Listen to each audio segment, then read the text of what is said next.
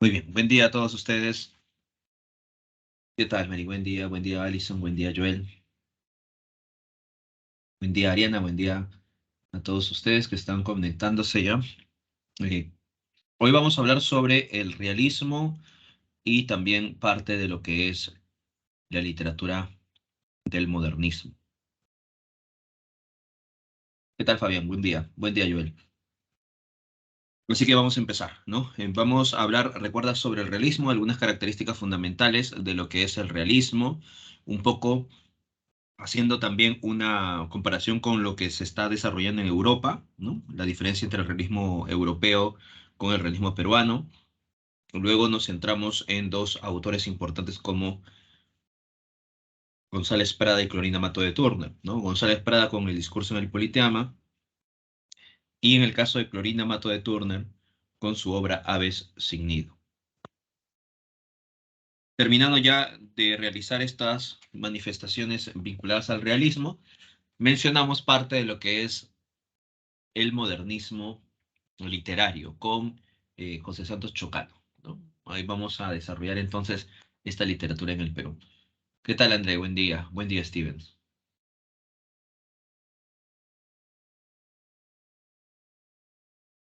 Bien, vamos a comenzar.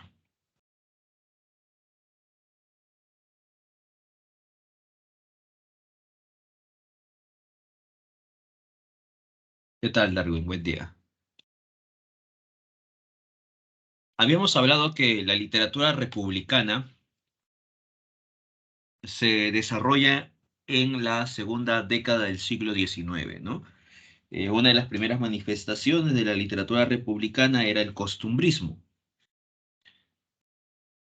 Y el costumbrismo buscaba mostrarnos la nueva manifestación, ¿no? Los nuevos grupos sociales que estaban ascendiendo, algunos que de pronto estaban eh, perdiendo alguna autonomía. Y el costumbrismo tenía todavía los modelos españoles vigentes. A pesar de habernos liberados de España, en el caso de la cultura o la literatura en sí, todavía seguíamos atados al modelo español, ¿no? Entonces en el costumbrismo van a aparecer dos vertientes, los criollistas y los anticriollistas. Esta manifestación del costumbrismo va a nutrir a la literatura romántica, ¿no? Ricardo Palma, por ejemplo, va a ser discípulo de Manuel Asensio Segura, representante del criollismo, de la literatura costumbrista. Y el romanticismo va a seguir también los moldes, los modelos españoles. Entonces, ¿qué sucede? A pesar de habernos liberado de España, tanto el costumbrismo como el romanticismo sigue los parámetros españoles. Pero esta visión romántica llega hasta la Guerra del Pacífico. Y en este contexto, ¿no? Va a haber una crisis producto de la guerra. No hemos perdido la guerra, así que estamos en crisis, crisis política, social, económica. Y aparecerá un conjunto de autores que cuestionarán el momento que se está viviendo. Así que el realismo aparece en esta etapa de reconstrucción nacional. Terminada la guerra, entramos en crisis y buscamos entonces la manera de poder restablecer nuestra nación. Como ustedes bien saben, el realismo va a ser un movimiento literario que surge en Francia a mediados del siglo XIX, pero en el caso peruano llega finalizando la Guerra del Pacífico. O sea, estamos en la década del 80, ¿no? Entonces, estamos observando que el realismo en el Perú va a ser de forma tardía, ¿ya? Recuerda eso, ¿no? Si el realismo se desarrolla en Francia a mediados del siglo XIX, o sea, 1850 para adelante, en el caso peruano, el realismo se va a desarrollar finalizada la guerra, ¿no? En este contexto de crisis y búsqueda de restablecer a la nación. Entonces, en los años 80, los años 90 del siglo XIX, se va a desarrollar esta manifestación literaria. En Francia, este movimiento literario va a tener como medio de expresión tanto la narrativa como el ensayo. Y en nuestro país también se va a desarrollar esta visión, ¿no? Y por eso que destaca la novela y el ensayo. González Prada, uno de los máximos exponentes del ensayo, Clorinda Mato de Turner, en el caso de la novela, recuerda considerada precursora de la novela indigenista. Esta visión del realismo se prolonga hasta la primera década del siglo XX. El realismo va a rechazar los postulados románticos y a su vez va a ser una crítica mordaz a la manifestación romántica peruana, ya que el romanticismo peruano carecía de originalidad. Recuerda que una característica importante de la visión romántica era una búsqueda de originalidad, el genio creador. Recuerda, ¿no? Lo que se decía en Europa, ¿no? El genio creador, ¿no? La búsqueda de un sentido de originalidad en el romanticismo. Sin embargo, el romanticismo peruano no va a buscar esa noción de originalidad, va a imitar el modelo español. Por ello, González Prada y otros autores dentro del realismo cuestionan estos elementos románticos. Y como España hasta ese momento es el elemento que nutre a la literatura, entonces el realismo va a buscar romper ese lazo con España y busca que otras manifestaciones nutran a la literatura peruana. Por eso que González Prada, por ejemplo, inserta el triolet, el rondel, expresiones francesas o alemanas, para que la literatura peruana deje de lado esa visión españolizada. Por eso que en el realismo vamos a encontrar una visión anti-hispana, un rechazo a lo español. ¿Ya? Bien, otro punto también importante dentro del realismo es cómo de pronto se está observando a la realidad. Estamos dando cuenta que en medio de una crisis no se puede escapar de la realidad y los realistas cuestionan eso del romanticismo, ¿no? Los románticos buscan escaparse de los componentes de la realidad, no hablar de los asuntos esenciales de las sociedades. Entonces el realismo cuestiona eso y va a plantear, ¿no?, un acercamiento a estos problemas que aquejan a la sociedad. Aquí estamos observando, por ejemplo, lo que se desarrolla en Europa y lo que también se manifiesta en el Perú. El realismo peruano recibe una gran influencia del realismo francés, ¿no? Prevalece, recuerda, del ensayo, la novela, muestra interés por la realidad circundante, de lo que estaba aconteciendo en ese momento, propone ideas y propugna la regeneración nacional.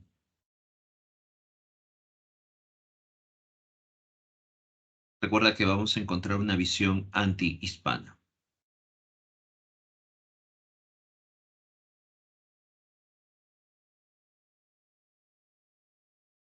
Entre las características del realismo, que ya hemos mencionado algunos, están, por ejemplo, la oposición al romanticismo decadente. Para esa época ya la visión romántica es manifestada de esta forma, ¿no? De forma decadente, una manifestación ya arcaica. Los autores del realismo van a tener una visión objetiva y por eso que van a plasmar su producción literaria como si fuese un reflejo de la realidad, un reflejo de la sociedad. Además, producto de la guerra del Pacífico y la pérdida de algunos espacios territoriales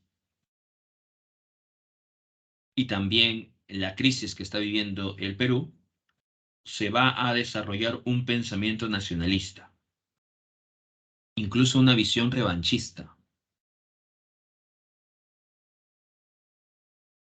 para volver, ¿no?, a enfrentarse y obtener o recuperar lo perdido.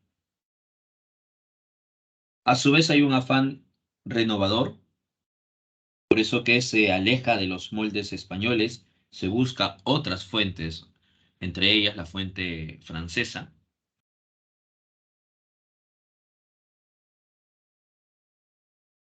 La novela y el ensayo van a ser las dos manifestaciones literarias que se utilizan con mayor frecuencia.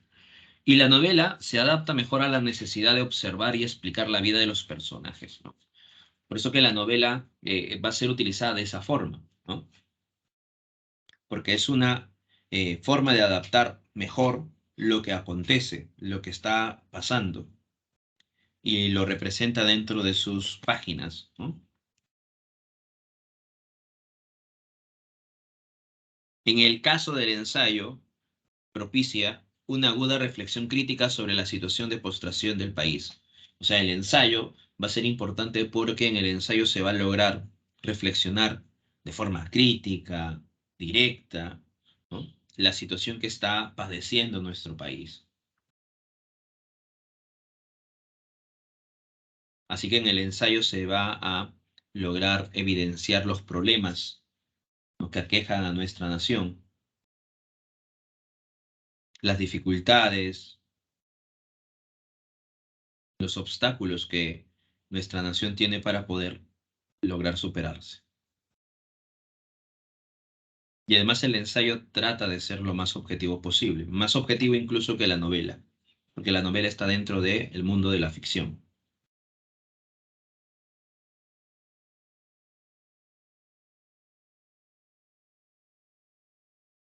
Así que la novela intenta crear un mundo que esté acorde a la realidad de ese momento. Otra característica también dentro de la literatura del realismo es la participación de la mujer en el campo intelectual. Recordemos que la participación femenina en el campo intelectual no va a ser bien vista, ¿no?, ya sea por una visión machista, y va a ser constantemente ocultado, ¿no? Por eso que las mujeres incluso van a tener que utilizar seudónimos, y estos seudónimos de varones para poder manifestar su producción. Y a lo largo de la historia de la literatura en el Perú estamos observando eso, ¿no? Desde la colonia, ¿no?, cómo de pronto muchas autoras van a ser desplazadas u olvidadas, ¿no?, por estos puntos. Pero en el caso del realismo va a ser algo distinto, porque en el realismo la participación de la mujer va a ser fundamental y a su vez va a ser muy representativo, ¿no? Tenemos a Mercedes Cabello de Carbonera, tenemos a Fanny, a Clorina Mato de Turner, Nieves y Bustamante, entre otras. Así que estamos observando que la participación femenina va a ser fundamental dentro del desarrollo del realismo en el Perú.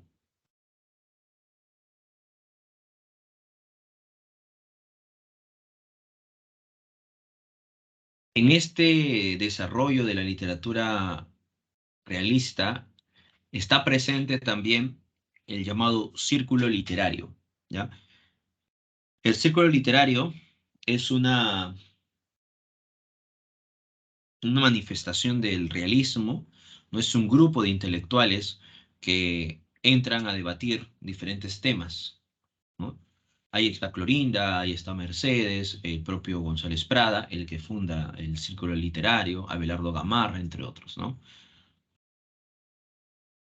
Así que el Círculo Literario va a ser una especie de escuela o grupo dentro del realismo peruano, donde se discute temas nacionales, ¿no?, de índole nacional, problemas vinculados a nuestro país, pero también algunos temas que provienen de Europa, las nuevas modalidades, de pronto nuevos avances científicos, entre otras cosas, ¿no?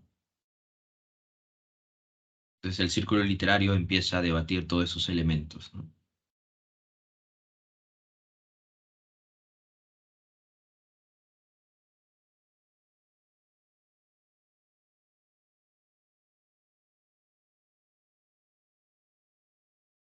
Hay una preocupación por la reivindicación del indio olvidado y sojuzgado.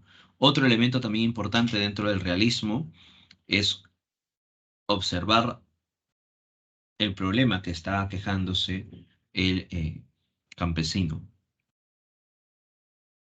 Y por ello se busca una reivindicación del indio. Pero recuerda, esta reivindicación del indio va a ser de forma paternalista, porque al indio se lo va a ver como un ser que no razona por sí solo, que de pronto no ha sido educado, que no tiene el conocimiento necesario, y todos esos elementos está bajo una mirada exótica respecto al indio, y una mirada paternalista también. Sin embargo, va a reflejar algunos padecimientos, ¿no?, dentro de la literatura, ¿no? Se va a reflejar a través de la literatura estos padecimientos de la clase golpeada, olvidada por el Estado. Así que autores como Clorinda, González Prada van a considerarse precursores del indigenismo. Entonces recuerda esta búsqueda de reivindicación que se muestra dentro de la literatura.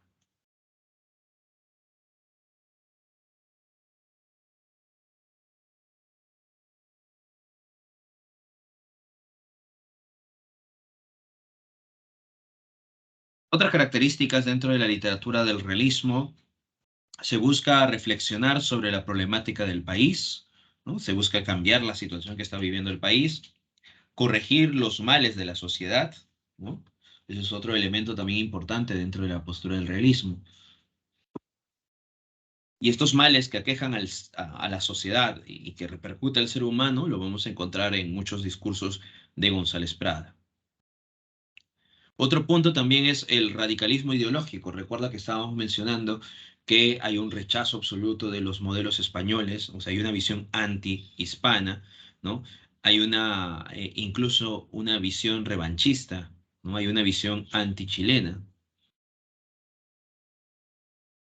Y también vamos a encontrar una mirada anticlerical. Por eso que hay una visión radical dentro de la perspectiva del positivismo.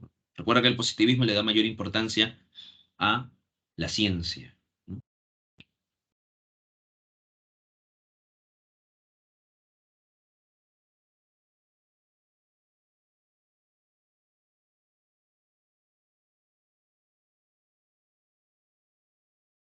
Ahora, cuando se habla de la visión antihispana, ya hemos mencionado, ¿no?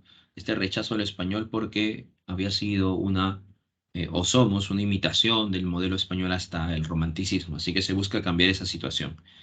En el caso de la visión anticlerical, porque hay un rechazo a la iglesia. Recuerda que desde la perspectiva del realismo, y esto producto de la influencia del positivismo, la ciencia va a ser uno de los pilares para el progreso. Sin embargo, la iglesia en nuestro país tiene mucho poder y por tanto va a obstaculizar el avance, ¿no?, de este desarrollo vinculado al positivismo. Entonces va a haber un rechazo a la iglesia desde estas perspectivas, desde la perspectiva de la visión positivista, ¿no?, que la iglesia, la institución de la iglesia, la fe, lo que busca es un retraso, ¿no?, o pone obstáculos para que la ciencia no pueda avanzar, cuestionamientos, y también desde otro punto, que la iglesia, como tiene poder dentro de nuestro territorio, ha utilizado ese poder y ese discurso religioso para oprimir al indio, para favorecer al gamonal o al terrateniente, para favorecerse a sí mismo. Y por ello, los autores del realismo rechazan esta institución, no la fe en sí, sino la institución y los que comprenden a esta institución, porque ha utilizado su discurso religioso para sus propios beneficios. Por eso que dentro de las obras literarias se observa al cura, ¿no?, que tiene un papel de opresor, ¿no? oprime al campesino, ¿no? Utiliza su discurso para lograr sus fechorías, para abusar de mujeres, todos esos elementos, ¿no? Para abusar de niños, de mujeres, ¿no? Y ser impunes. Entonces, todos esos elementos se presentan dentro del realismo como una crítica a la iglesia. Pero recuerda, a la institución y sus representados, no a la fe en sí, sino a la institución como tal. ¿Ya? Por eso que hay un rechazo a esa postura, ¿no? Entonces ya sabemos por qué hay una visión anticlerical, ¿no? Producto de la influencia del positivismo y también de nuestro contexto, lo que se está viviendo en esa época. También se cuestiona el sistema político de la época, ¿no? La clase alta que de pronto tiene poder absoluto, ¿no? Y cómo ese poder no llega, ¿no? A diferentes estratos de explotación continua. Y también hay una crítica al comportamiento de los caudillos militares. Tras la Guerra del Pacífico, muchos de estos caudillos que sobresalieron en la Guerra del Pacífico desean convertirse en presidentes del Perú. Y entonces hay un enfrentamiento constante entre estos caudillos para lograr obtener el poder absoluto, sin importarle que en ese transcurso estaría más bien debilitando esa institución. Por eso que hay una crítica al comportamiento de estos caudillos militares, ¿no? Nicolás de Piérola, Avelino Cáceres, Miguel Iglesias, entre otros.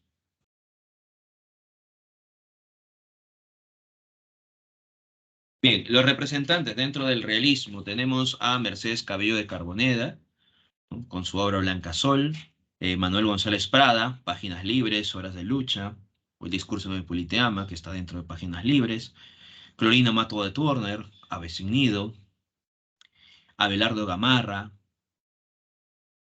En la ciudad de Pelagatos, María Nieves y Bustamante, Jorge o el Hijo del Pueblo, o Teresa González de Fani, Roque Moreno.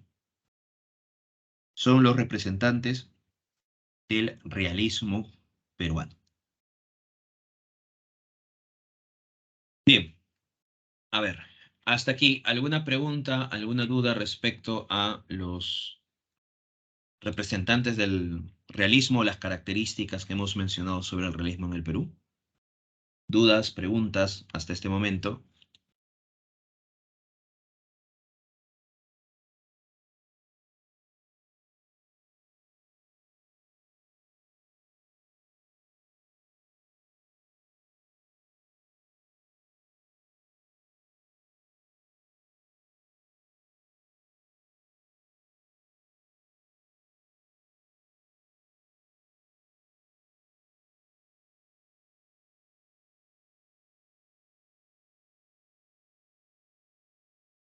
Todo ok, ¿no? Muy bien. Entre los autores representativos del realismo podemos encontrar, por ejemplo, a Mercedes Cabello de Carboneda, ¿no? Entre sus obras más destacadas está Sacrificio y Recompensa, Los Amores de Hortensia, Eleodora, ¿no? Que luego vamos a encontrar con las consecuencias, Blancasol, que es una de sus obras más representativas, como también El Conspirador, ¿no? Blancasol y El Conspirador van a ser las obras más destacadas, ¿no? De Mercedes Cabello de Carbonera. Y también desarrolla estas obras, La religión de la humanidad, El conde León Tolstoy y la novela moderna. Así que Mercedes Cabello de Carbonera va a ser una autora muy importante dentro del realismo, ¿no? Destaca tanto en sus novelas como en sus ensayos de reflexiones con elementos estéticos. Tenemos también a Clorinda Mato de Turner. Ella tiene una posición anticlerical, un rechazo a la iglesia. En el caso de Aves sin Nidos se observa, ¿no? Ese rechazo a la iglesia.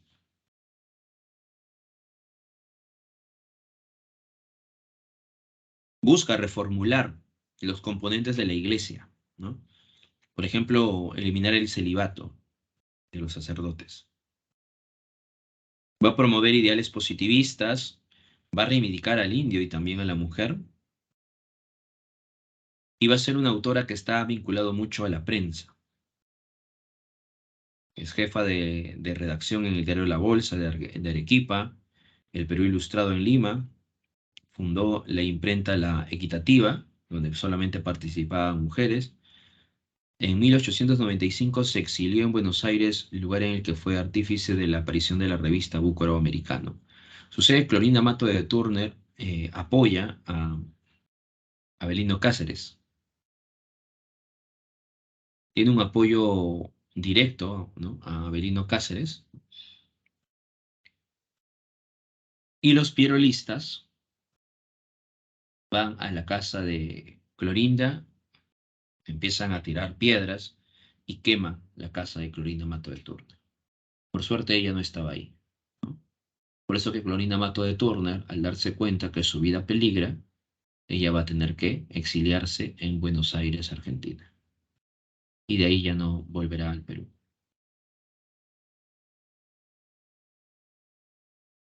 Así que Clorinda apoyaba a Avelino Cáceres, ¿no? Y sus contrarios, los pirolistas, realizan estos actos, ¿no?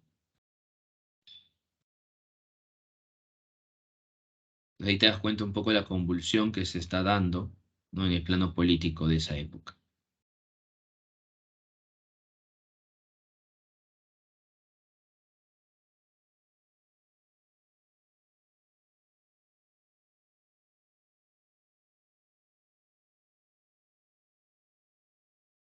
En el caso de sus obras literarias, tenemos, por ejemplo, que al inicio hace una especie de homenaje a Ricardo Palma, ¿no?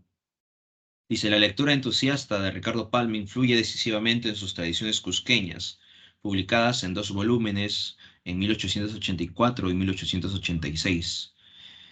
El costumbrismo, los recuerdos familiares, los bocetos biográficos, los artículos recogidos en hojas sueltas son superados por su producción novelística, representada por Aves sin nido, índole y herencia, ¿no? Esas tres últimas son consideradas las obras más representativas de Clorinda Mato de Turner. La literatura indianista se va liberando de elementos pintorescos, de funciones sentimentales, para convertirse en testimonio, en alegato reivindicador. Las campañas ideológicas de defensa del indio de González Prada y la angustiosa crisis económica generada de la adversa guerra del Pacífico crean un nuevo clima que en la literatura se refleja en la explotación de la realidad presente, ¿no? Se refleja la realidad y todos los componentes que constituyen a ella. La evocación histórica, el distanciamiento son sustituidos por el análisis directo de la conflictividad socioeconómica contemporánea. La primera novela significativa abiertamente testimonial es Ave sin nido, que se publica en 1889.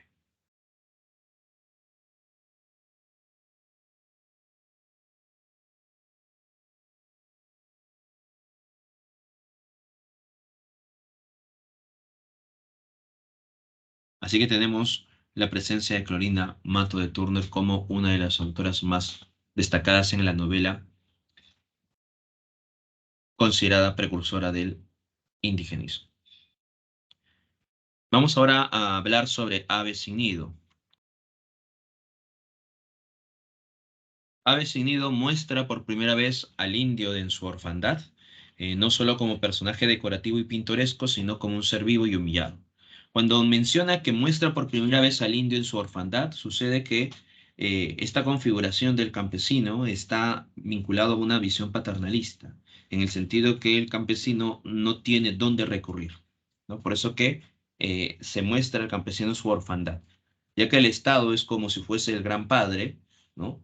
Pero el Estado tampoco favorece al campesino. Por eso que hay una gran orfandad, como si no tuviese ese padre que lo proteja, ¿no? Por eso que va a ser explotado. La novela es a la vez una narración y una denuncia centrada en el clero, representado por el cura y el obispo abusivos.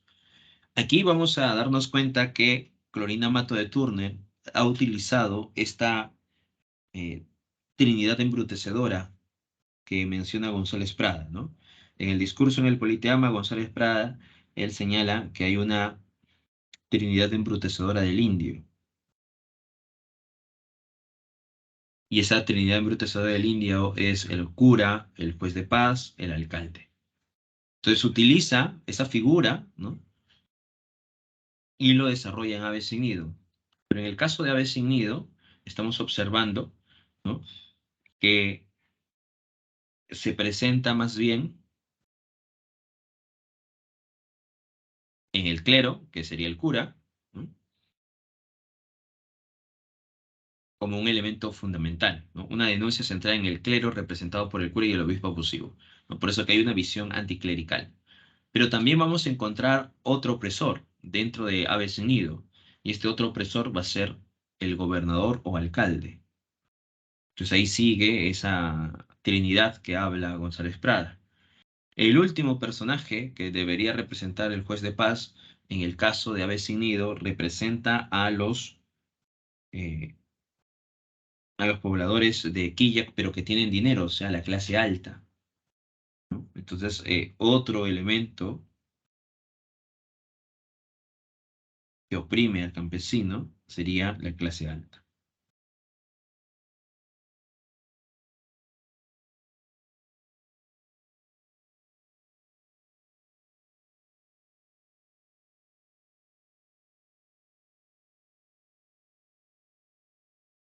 Sin embargo, presenta una visión paternalista, es decir, la redención de los indios requiere de la protección de los blancos o criollos instruidos.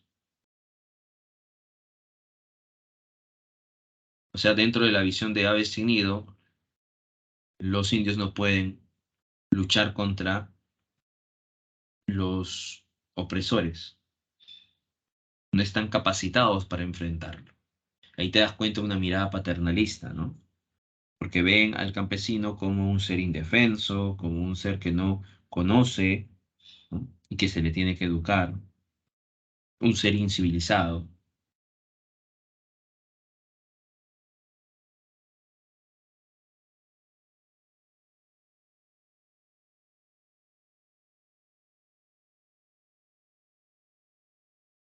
El discurso protector y cristiano es representado por la señora Lucía Marín, quien llama a la redención moral incluso al cura del pueblo.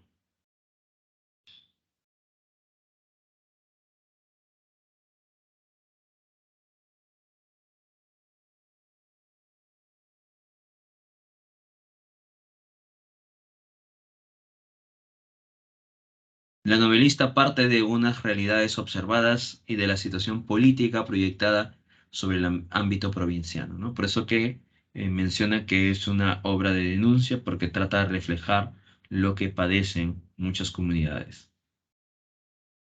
Va a mezclar elementos costumbristas, enfoques realistas y aún así va a quedar un poco la huella del romanticismo, dice, ¿no?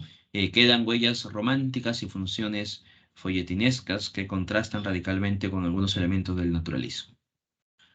En Aves sin Dios sí está presente, ¿no? Todavía algún rasgo de esta visión romántica, ¿no? Porque en algún momento Manuel se enamora de Margarita, ¿no? Y cuando el narrador describe este amor, lo describe con elementos de la naturaleza, ¿no? Naturaleza y emociones, recuerda que es un elemento romántico.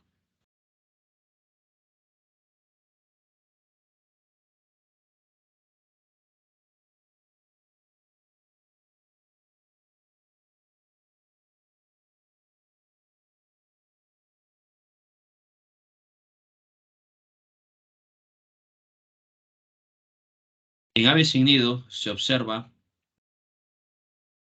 a estos personajes, ¿no? La representación de los oprimidos, los protectores, los opresores.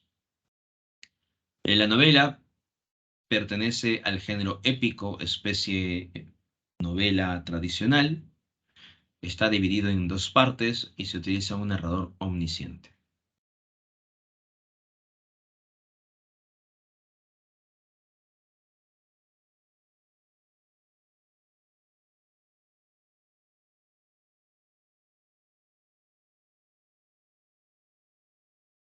Recuerda que el escenario va a ser Quillak, el pueblo de Quillak, ¿no? El tema central va a ser el abuso de las autoridades contra los indígenas. Otros temas que se ven reflejados aquí es la crítica al clero, la violencia social, la injusticia, la solidaridad presente dentro de esta novela. Y como se dan cuenta, ahí está la configuración de los personajes, ¿no? Los oprimidos, la familia Yupanqui, que representa a los indios. Entre ellos está, dentro de la familia Yupanqui, Juan y Marcela, los esposos, y los hijos Margarita y Rosalía. Rosalía es la menor.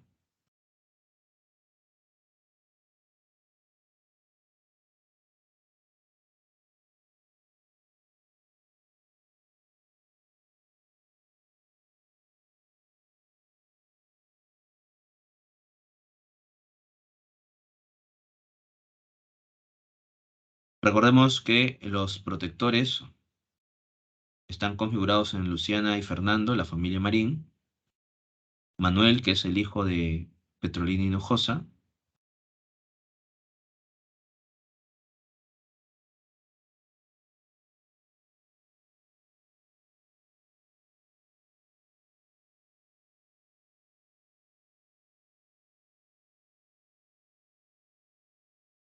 y en el caso de los opresores está Sebastián Pancorbo, el alcalde, Pascual Vargas, el cura, y Estefano Benítez, los representantes de Quilla.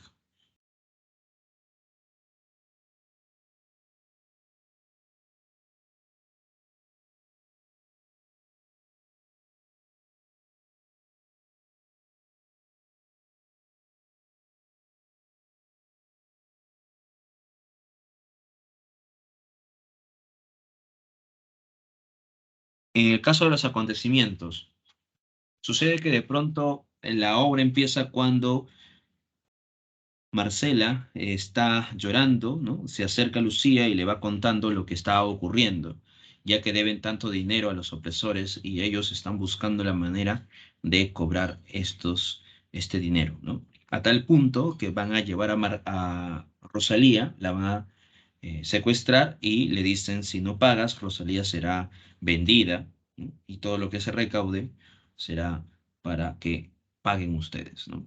Por eso que Marcela y Juan Yupanqui se sienten destruidos al momento de escuchar eso y no saben qué hacer porque no tienen dinero.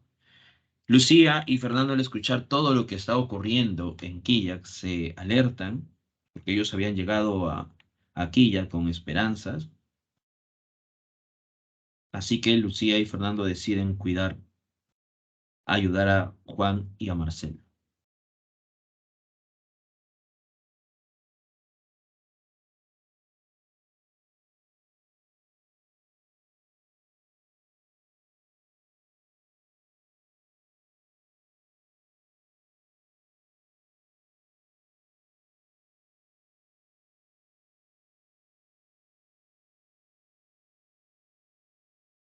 Lucía y Fernando entonces buscan la manera de salvar a Rosalía. Fernando va donde el alcalde Sebastián Pancorbo y Lucía donde Pascual Vargas. Sin embargo, ninguno de ellos desea, ¿no?, liberar a Rosalía, más bien señala que esto es la decisión, que así es la costumbre y no deben de romper esa costumbre, ¿no? Por eso que Fernando al final decide pagar una parte para que Rosalía pueda salir, pueda ser libre. Es ahí donde la familia Yupanqui agradece a la familia Marín, ya que han salvado a Rosalía.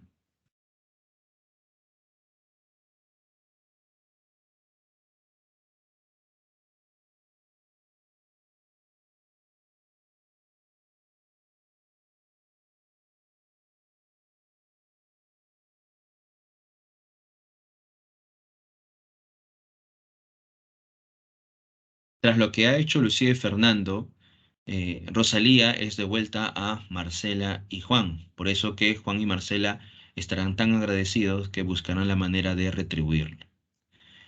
Los opresores, al darse cuenta de ello, que la familia Marín está obstaculizando todos sus planes, deciden acabar con ellos. Pero para eso van a tener un plan.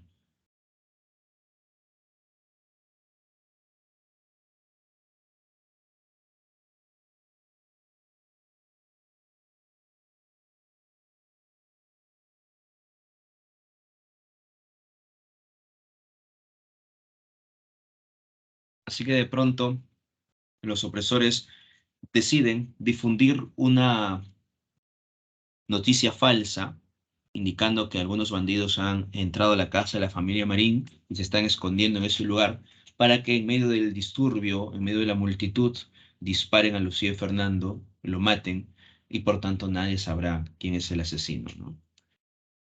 Así que eso es lo que quieren, y van a realizar ese acto, ¿no? Empezarán a soltar esta información, se tocará la campana, todos irán a buscar a estos asaltantes, a estos asesinos. Están llegando a la casa de la familia Marín.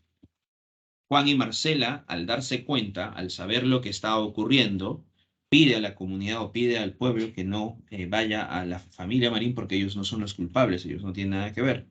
Pero no le hacen caso, por eso Juan y Marcela llegan y le dice a Lucía y a Fernando que se esconden. Y en medio de esta multitud, en medio de los golpes, las piedras y todo lo que se podía observar, Juan muere, ¿no? Está gravemente herido y morirá al instante. Mientras que Marcela está gravemente herida, así que todavía está resistiendo.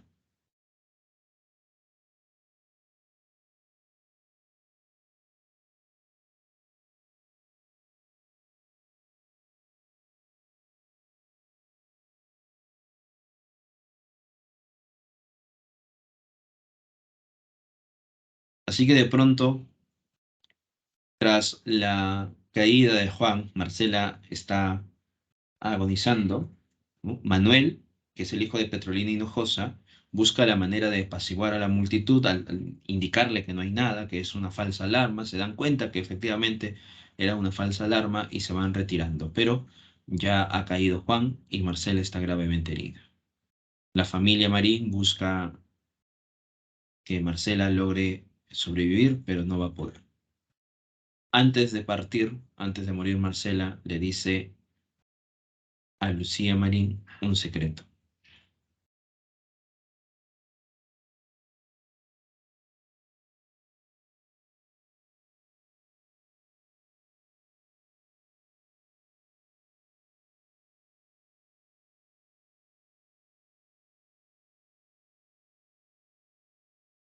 Recuerda que Marcela le va a decir a Lucía que su hija, Margarita, no es hija de Juan Yupanqui, sino del cura Pedro de Miranda. Y esto es producto de una violación. El cura Pedro de Miranda había ultrajado a Marcela y producto de este ultraje nacería Margarita.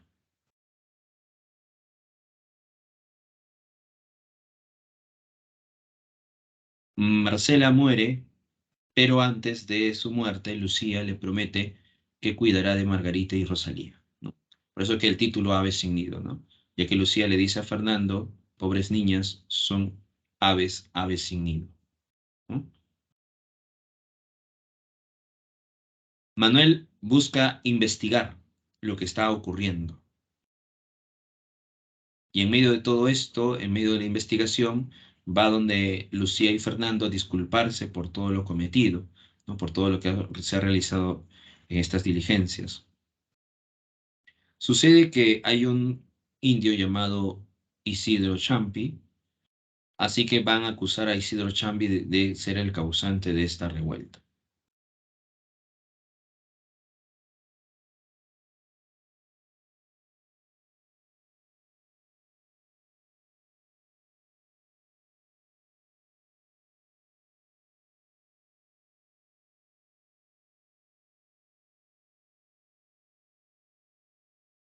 Cada vez que Manuel visita la casa de Lucía y Fernando, se va a encontrar con Margarita, así que Manuel poco a poco se va a enamorar de ella. Recuerda que han atrapado a Isidro Champi, ¿no? Y lo han llevado al calabozo y le dice a su mujer para que pueda entregar algunas vacas, algún ganado y así sobornar a las autoridades. Sucede que el juez y los demás estaban pensando a quién de pronto acusar, ¿no? Y se dan cuenta que entre todos los indios Isidro Champi tiene más ganado. Así que deciden acusar a Isidro Champi para obtener esto de ganado, ¿no? Obtener sus tierras, las hectáreas, ¿no? Los sembríos, ¿no? Y todo lo que a Isidro Champi le pertenece. Así que eso es lo que hace, ¿no? Por eso que van a castigar a Isidro Champi. Y su mujer va a buscar la manera de liberarlo y las autoridades le dicen, si realmente quieres liberarlo, entonces entrega 4 vacas, ¿no? Para sobornar al juez, otras más para sobornar al fiscal, etcétera, etcétera. Porque ya todo estaba planeado. Una vez más se observa esta noción de la injusticia y la explotación.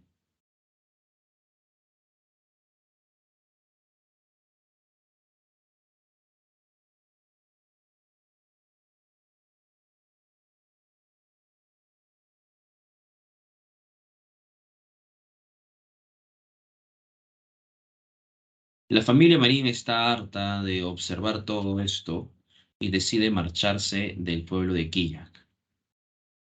Así que Fernando realiza una reunión antes de marcharse a la capital. En esta reunión están presentes todos los representantes de Quillac. Para ese entonces, Manuel se ha dado cuenta que los causantes de todos estos males, ¿no? De lo que le sucedió en la familia Marín, es Sebastián Pancorbo, Pascual Vargas, Estefano Benítez. Así que de pronto decide decirle a su padre, Sebastián Pancorbo, que se aleje de la alcaldía, o sea, que dimita su cargo para que no pueda ser condenado con más años. Así que Sebastián Pancorbo hace eso. Aparece un nuevo juez, sigue las investigaciones, y por eso que Fernando le dice a todos, ¿no? Que se va a marchar, pero desea que se marche ya observando un bienestar para Quilla, ¿no? Por eso que dice que desea liberar a Isidro Champi.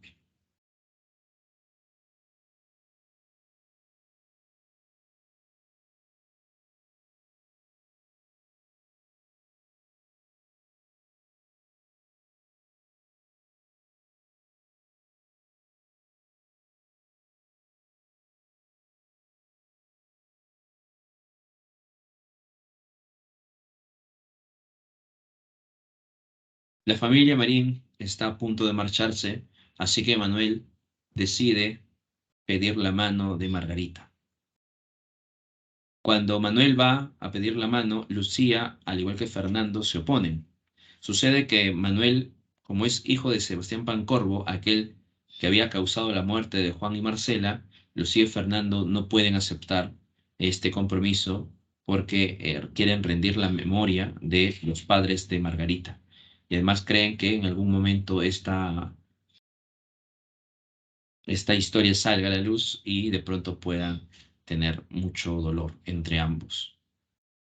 Así que Manuel, al darse cuenta que el impedimento es porque es hijo de Sebastián Pancorbo, entonces Manuel declara una verdad. Le dice a Lucía de Fernando que en realidad él no es hijo de Sebastián Pancorbo, que su madre, Petrolina Hinojosa, cuando estaba embarazada, ¿no? Sebastián Pancorbo se apiadó de ella y le ofreció su apellido para que no pueda ser deshonrada. Es por eso que Manuel agradece a Sebastián Pancorbo y lo ha respetado como si fuese su padre, pero en realidad no es su padre, ¿no? Y Manuel dice, ¿no? Mi padre en realidad es el cura Pedro de Miranda. Y esta revelación va a generar sorpresa entre Lucía y Fernando, porque recuerda que Pedro de Miranda es el padre de Margarita. Así que Lucía y Fernando dicen, no, va a ser imposible entonces que ustedes puedan estar juntos. Los jóvenes no entienden por qué esa negativa, si ya ha mencionado que no es hijo de Sebastián Pancorbo, y por ello Lucía y Fernando van a tener que mencionar la verdad. Así que le dice a Manuel, porque tanto tú y Margarita son hermanos. Su padre es el cura Pedro de Miranda.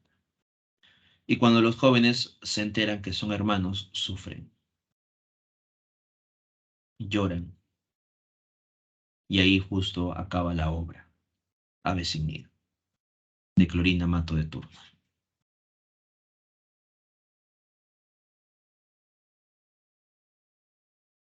En Ave sin Nido podemos encontrar en el proemio algunos elementos importantes del realismo, ¿no? Por ejemplo, en este fragmento del proemio de Ave sin Nido menciona que es lo que Clorinda Mato de Turner desea a través de la novela y por qué es importante la novela dentro de la visión realista. ¿Ya? Recuerda entonces, Ave sin Nido va a ser una novela de denuncia, ¿no? Y por eso que se convierte en precursora del indigenismo. No, no culmina con un final feliz.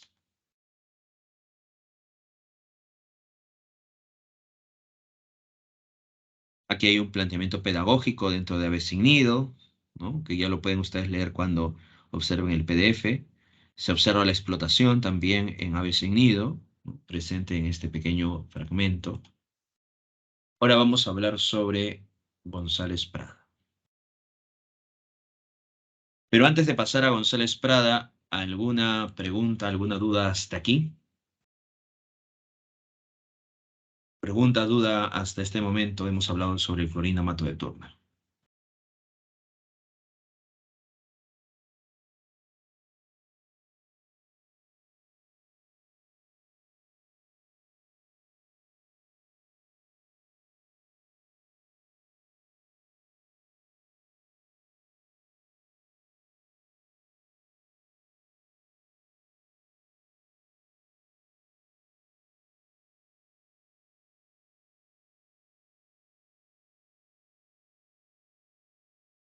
Muy bien, todo claro entonces, ¿no? Continuamos. En el caso de Manuel González Prada, es una figura influyente en la formación del pensamiento hispanoamericano. Dice, busca modelos en la literatura alemana y francesa. A raíz del desastre nacional motivado por la guerra con Chile, inicia una obra polémica de crítica social. Él va a ser el fundador del Círculo Literario, que luego será el partido Unión Nacional. Tiene una mirada anticlerical, antihispana. Recuerda que va a ser uno de los grandes ideólogos del realismo en el Perú. Enjuicia duramente las anomalías de la sociedad peruana, ataca la indolencia, la corrupción y la falsedad en arte y en política. Es considerado precursor del indigenismo y también considerado precursor del modernismo. Entonces, ese es González Prada, ¿ya? Uno de los grandes ideólogos, como les decía, del realismo.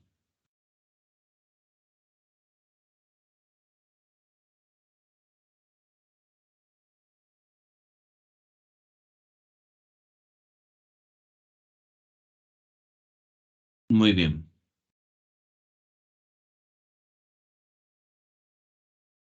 Vamos entonces a ver parte de lo que es la producción de González Prada. Recuerda que también utiliza una ortografía caprichosa, ¿no?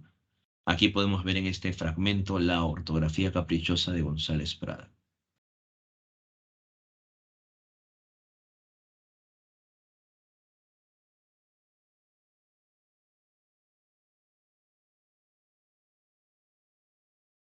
Están observando, por ejemplo, ahí cómo está utilizando este elemento de la ortografía caprichosa, ¿no?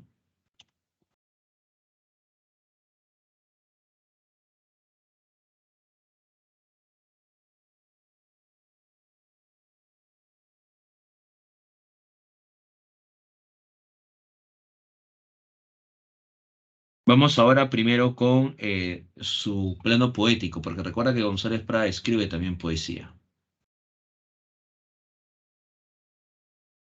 Así que comenzamos.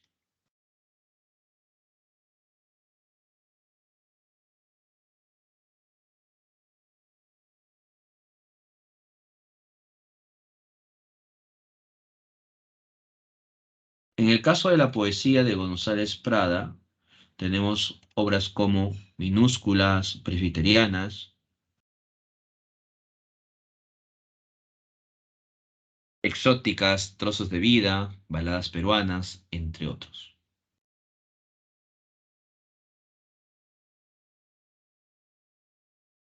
Por ejemplo, acá tenemos un pequeño fragmento de, bueno, no es un fragmento, es el poema entero de epigrama. Y pueden observar el epigrama. ¿Qué temática tendría este epigrama?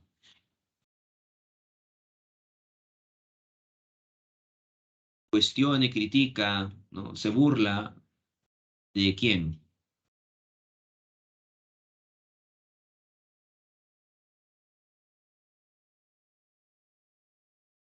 Recuerda que tiene una mirada anticlerical, ¿no? Y se puede representar esa mirada anticlerical incluso en este fragmento, ¿no? Bueno, en esta obra.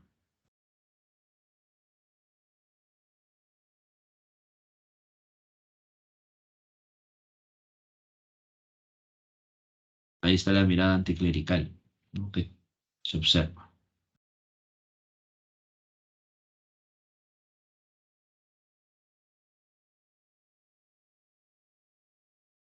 Muy bien.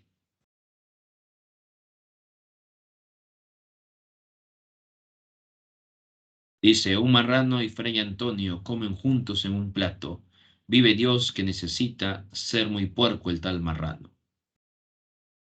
Como poeta rompió con la tradición española de nuestro romanticismo al importar formas, estrofas y contenidos de la poesía francesa y alemana.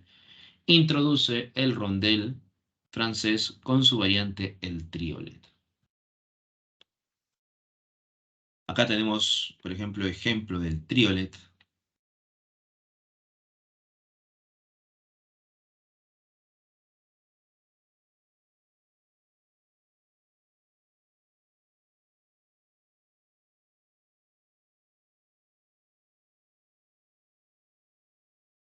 Recuerda que González Prada entonces muestra una visión poética que está vinculado a un acercamiento al modernismo y en el caso del ensayo, ¿no? Hace una reivindicación al indio. Aquí, por ejemplo, en poesía podemos encontrar también la temática del indio oprimido en este poema El Mitayo.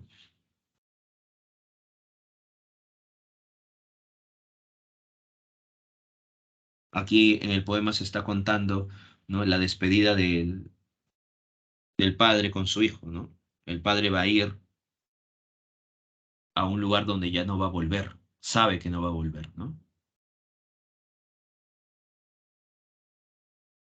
Pero no quiere decirle eso a su hijo, ¿no? Por eso que le dice otras cosas, ¿no? Se despide de otra forma, pero su hijo insiste en que le diga cuándo va a volver. Por eso que al final el padre no puede mentirle ya a su hijo y por eso le dice, ¿no? Cuando el pecho de los blancos piadosos y tierno será, ¿no? Y le pregunta, ¿no? ¿Cuándo eso va a suceder? ¿No? Y entonces el padre le dice, hijo, el pecho de los blancos no se conmueve jamás y por tanto jamás voy a volver, ¿no? Al final le dice eso, ¿no? Porque recuerda que este personaje se irá a la mitad, ¿no? Y sabe que va a morir estando allá y que nunca más volverá a ver a su hijo, ¿no? Entonces, en este poema se observa, ¿no? Esta noción de la explotación del campesino, ¿no? Sabe entonces el mitayo que no volverá y por eso que le dice a su hijo, ¿no?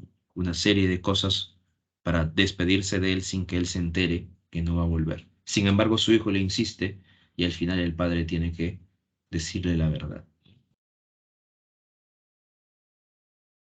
En el caso de la prosa, tenemos el discurso en el Politeama, conferencia en el Ateneo de Lima, horas de lucha, páginas libres, obras que resaltan su visión ideológica de González Prada.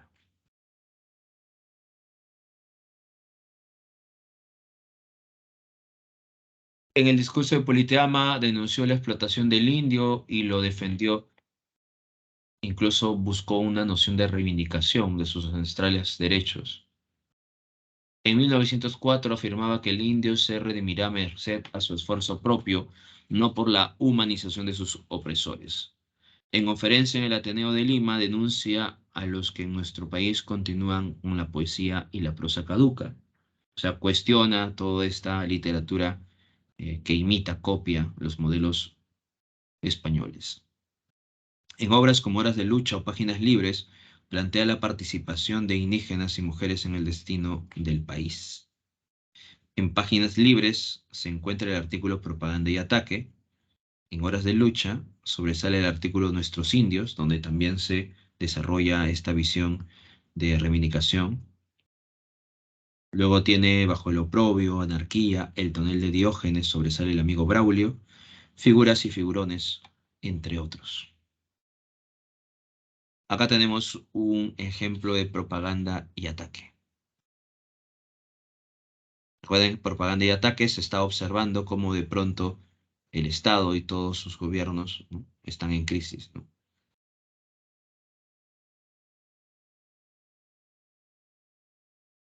No solamente el Estado, sino toda la clase política, ¿no? ¿Qué tenemos? Dice, en el gobierno, manotadas inconscientes y remedos de movimientos libres. En el Poder Judicial, penalidades y prevaricatos. En el Congreso, riñas grotescas, sin arranques de valor y discusiones soporíferas, sin chispa de elocuencia. En el pueblo, carencia de fe porque en ninguno se cree ya, egoísmo de nieve porque a nadie se ama y conformidad musulmana porque nada se espera. Pueblo, Congreso, Poder Judicial y Gobierno, todo fermenta y despide un enervado olor a mediocridad, ¿no? Ahí está cuestionando todo, ¿no? Cuestiona no solamente al gobierno de turno, cuestiona también al pueblo por su parquedad, ¿no?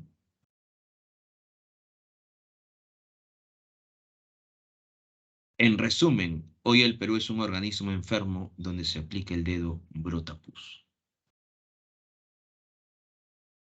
En el discurso en el Politeama, los temas que se presentan es el anticlericalismo, ¿no? Hay un rechazo a la iglesia, ¿no?, producto de la visión del positivismo.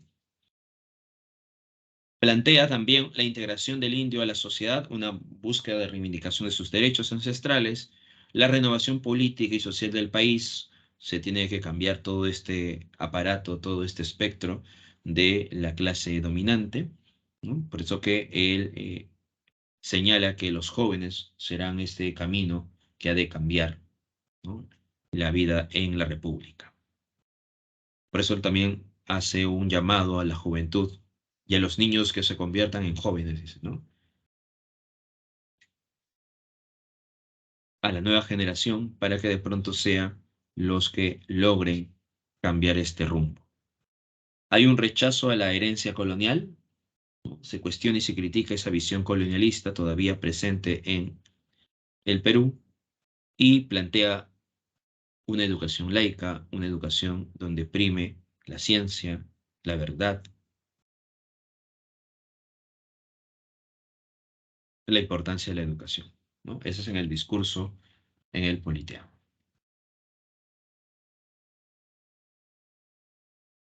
Bien, ese es en el caso del discurso en el Politeama.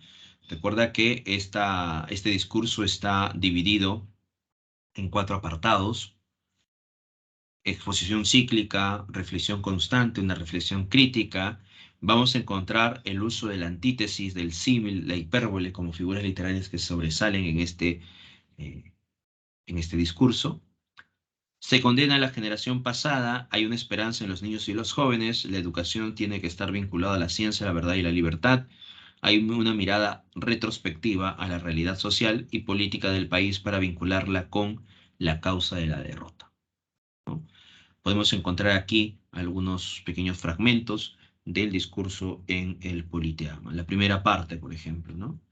Como de pronto tiene una esperanza sobre la juventud para que ellos puedan cambiar esta situación de postración en la realidad peruana, como están observando aquí en este fragmento. Niño, sed hombre, madrugada a la vida, porque ninguna generación recibió herencia más triste, porque ninguna tuvo deberes más sagrados que cumplir, errores más graves que remediar, ni venganzas más justas que satisfacer. Y aquí habla sobre la ciencia, ¿no? Y por tanto una visión anticlerical. En la parte número 3, ahí tienes un ejemplo de la visión anticlerical.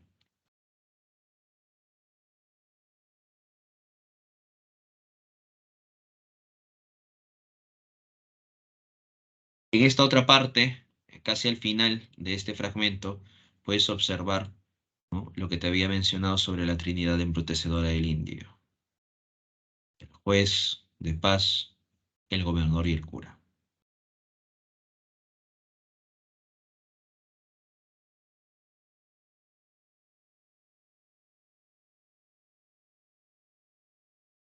Una mirada revanchista, ¿no? Cuando tengamos pueblos sin espíritu de servidumbre, militares y políticos a la altura del siglo, recuperaremos Arica y Tacna, y entonces, y solo entonces, marcharemos sobre Iquique y Tarapacá. Daremos el golpe decisivo, primero y último, ¿no? La visión revanchista que se tiene en ese periodo del realismo, ¿no? Y la frase conocida: los viejos a la tumba, los jóvenes a la obra, ¿no? Bien, ese es el realismo dentro de la literatura en el Perú. ¿Preguntas, dudas hasta aquí? A ver, por ahí. Dudas, preguntas. ¿Todo ok hasta este momento? Todo claro, ¿no?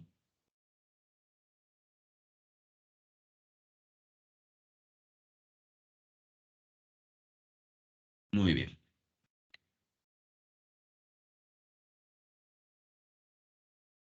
Recordemos que luego del realismo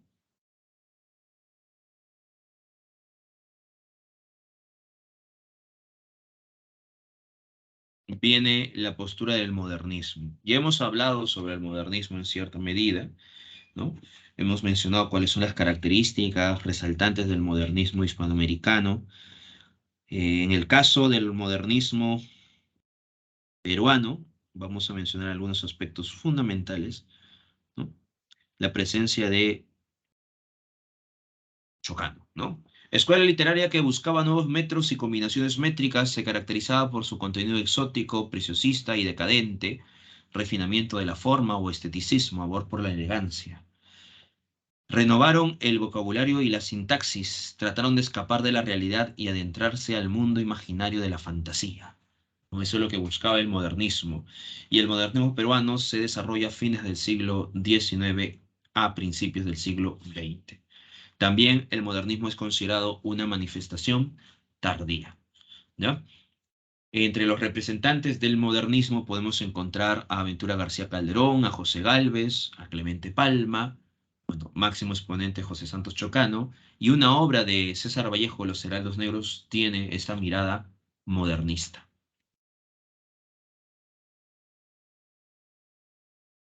José Santos Chocano, él se autodenomina cantor de América, por que él se autodenomina así, ¿no? El cantor de América.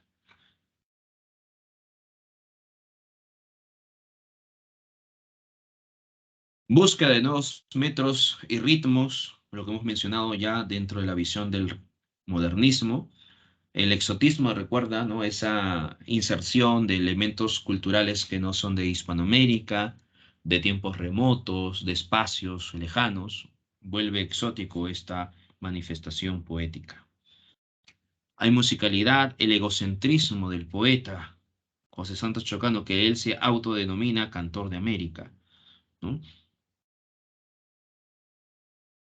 Mezcla los elementos líricos con los elementos épicos y tiene un amor a la elegancia, un plano estético indiscutible dentro de su producción. Le gusta alargar mucho los versos, utiliza mucho las adjetivaciones, en el caso de Chocano, ¿no? Así que adorna mucho el lenguaje, ¿ya?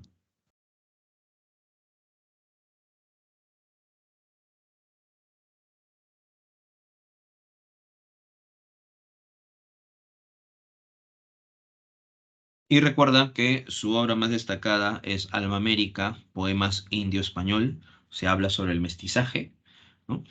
Y en Blasón, él se autodenomina cantor de América. Muy bien. Eso es en el caso del modernismo en el Perú. Ahora sí, está en los comentarios el enlace para que puedas estar dando el examen, ¿no? Y luego retornas para resolver algunas preguntas.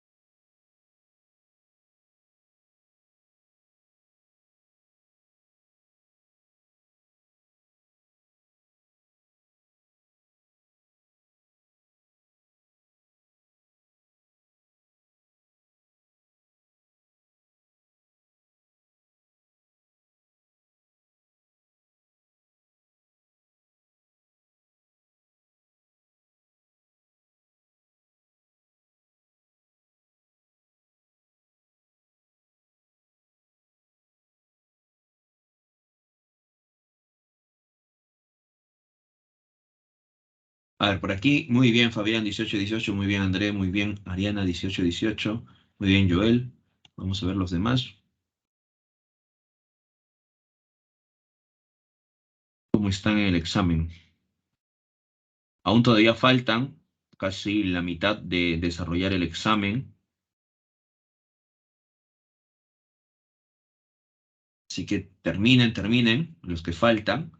Y los que ya han terminado de dar el examen pueden estar mencionando las claves de estas preguntas.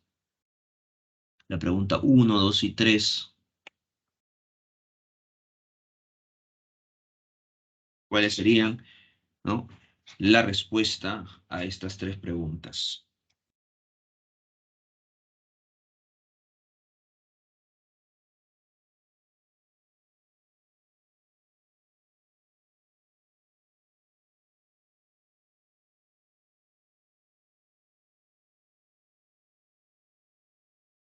A ver, en la pregunta número uno dice, entre las características que marcaron el realismo peruano podemos referir que imitó a lo español, no. Destaca la poesía en el realismo, tampoco. ¿Propuso una renovación ideológica y social? Sí. ¿Hizo a un lado la situación del indio? No, más bien cuestionó, ¿no? Entonces, respuesta la C. Escuela filosófica que influye notablemente en el realismo peruano, la escuela filosófica es el positivismo, ¿no? Recuerdan eso, ¿no? El positivismo, porque estamos hablando del realismo. Recuerda que el realismo en Francia tiene como base fundamental el positivismo, y esta escuela llega también al Perú.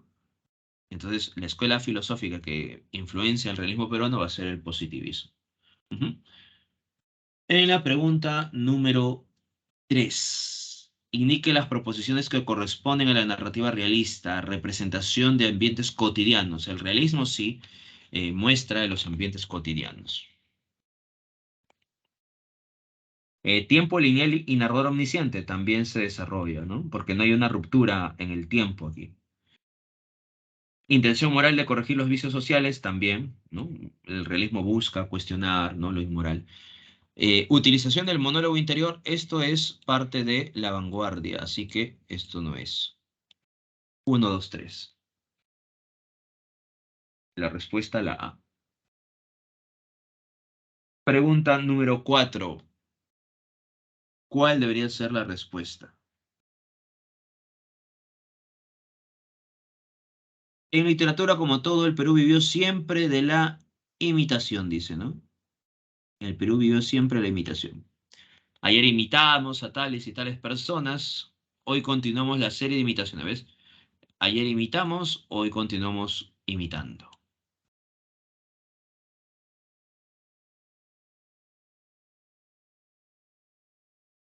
¿Ves? Dice, va cundiendo en el Perú el gusto por las rimas de dos cuartetas asonantadas, afición al articulillo erizado, la antítesis, ¿no? Sigue, ¿no? Quiere decir, entramos en plena literatura frívola. O sea, nosotros estamos imitando el modelo, no logramos tener una originalidad. Exacto. En la pregunta 4 sería, realiza un análisis y determina que nuestra literatura es una copia de lo que se ha desarrollado en Europa. Imitación, ¿no? Por eso que el realismo cuestiona eso, ¿no? Del romanticismo. Pregunta 5.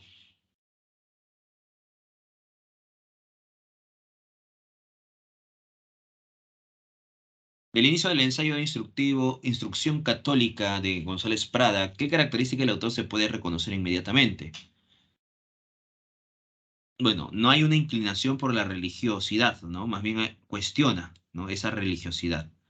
Hay una visión anticlerical, ¿no? Así que no puede haber una inclinación, un gusto por los elementos religiosos.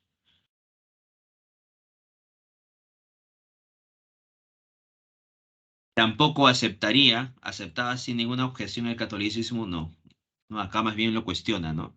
Cuando dice, cojamos el plano de Lima, señalemos con líneas rojas los edificios ocupados por congregaciones religiosas, como los médicos marcan el mapa mundo y los lugares invadidos por la epidemia, y veremos que nos amenaza la irresistible inundación clerical. Claro, en la número 5 la respuesta sería no aceptaba ninguna relación con las ideas cristianas. Ujú. Pregunta número 6. ¿Cuál debería ser la respuesta?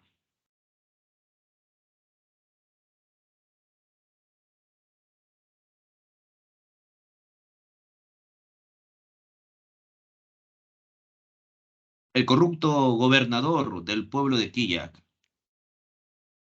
Sebastián, Sebastián Pancorbo.